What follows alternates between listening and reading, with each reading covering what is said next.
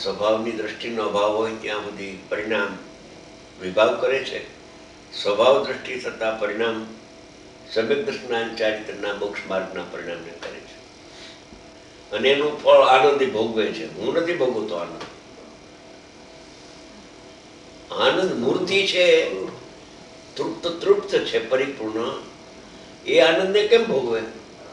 અધૂરો હોય ભોગવે. આનંદની તૃષ્ણા તો જેનામાં આનંદ ન હોય એને તૃષ્ણા થાય.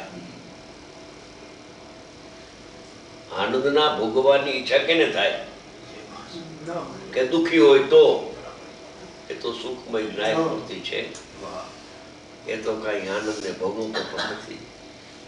જો આનંદને ભોગવે છે એવું શલ્ય રહેશે તો એ દુઃખનો ભોગતા બની ગયો. કેમ કે દુઃખના અભાવપૂર્વક આનંદ થાય છે. માટે આ પેલો પાઠ પરિણામ સ્વયં થાય છે, નિસર્ગત છે.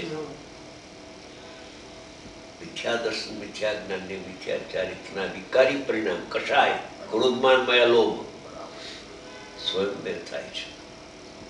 અજ્ઞાનીનો આત્મા પણ એનો કરતા નથી.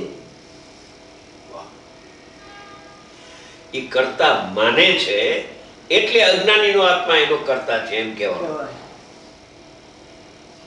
ત્યારે આટલો વ્યવહાર આવ્યો એના ઉપર. માનતો નથી ત્યાં સુધી. બાકી ખરેખર તો નિષ્ક્રિય ત્રણેકાર નિષ્ક્રિય છે. માને તો નિષ્ક્રિય, ના માને તો